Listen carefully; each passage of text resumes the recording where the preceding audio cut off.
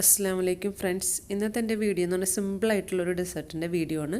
വളരെ പെട്ടെന്ന് ഉണ്ടാക്കാൻ പറ്റുന്നതാണ് കാരമലൈസ്ഡ് ബനാന വിത്ത് ഐസ്ക്രീം. അപ്പോൾ അതിന് വേണ്ടിയിട്ട് 2 പഴമാണ് ഞാൻ എടുത്തിട്ടുള്ളത് കേട്ടോ. ആ പഴം ഇതുപോലെ കുറച്ച് തിക്കായിട്ട് കട്ട് ചെയ്തെടുക്കുക. അപ്പോൾ ഞാൻ ചിക്കൂട്ടിയ പഴമാണ് ഞാൻ എടുത്തിട്ടുള്ളത്. അതുപോലത്തെ പഴമാണ് ഞാൻ ഇതിന് വേണ്ടിയിട്ട് നമ്മൾ എടുക്കുന്നത്. അപ്പോൾ ആദ്യം തന്നെ പാനിലേക്ക് 1.5 ടേബിൾ സ്പൂൺ ബട്ടർ ഇട്ടിട്ട് നമുക്കൊന്ന് മെൽറ്റ് ചെയ്യാം. ബട്ടർ ഒന്ന് മെൽറ്റായി വരട്ടെ. അതിന് ശേഷം നമുക്കതിലേക്ക് ഹണി ചേർക്കുന്നുണ്ട്.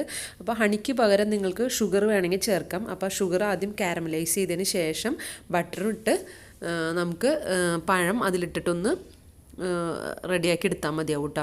ഇപ്പം ഞാൻ ബട്ടർ മെൽറ്റായതിന് ശേഷം ഹണി 3 ടേബിൾ സ്പൂൺ ഹണി ഒഴിച്ച് അതിലേക്ക് 1/4 ടീസ്പൂൺ സിനമൺ പൗഡർ എന്ന് പറഞ്ഞാൽ പട്ട പൊടിച്ചതാണ് കേട്ടോ.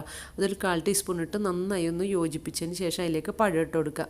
അപ്പം നമുക്ക് അതിന് പകരം ഷുഗർ ചേർക്കാം കേട്ടോ. ഹണിക്ക് പകരം ഷുഗർ ചേർക്കാം.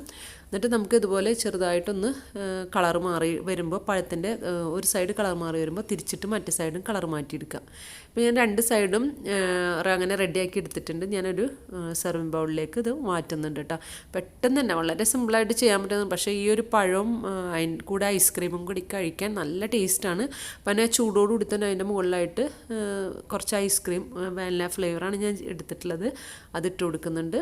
പിന്നെ നമ്മൾ ഈ പഴം ഒന്ന് കാരമലൈസ് ചെയ്തെടുത്തില്ലേ, ആ പഴത്തിൻ്റെ സിറപ്പില്ലേ, ആ എടുത്ത ബട്ടറും ഹണിയും കൂടിയുള്ള ആ സിറപ്പ് ഞാൻ അതിൻ്റെ മുകളിലായിട്ട് ഒഴിക്കുന്നുണ്ട്.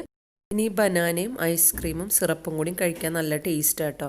അപ്പോൾ ഈ ഒരു തണവും ചെറിയൊരു ചൂടുമൊക്കെ ആയിട്ട് നല്ല ടേസ്റ്റാണ്. അപ്പോൾ എല്ലാവരും ഒന്ന് ട്രൈ ചെയ്ത് നോക്കാം. ഇൻഷാ അല്ലാഹ് അടുത്തൊരു വീഡിയോ ആയിട്ട് വീണ്ടും വരാം. താങ്ക്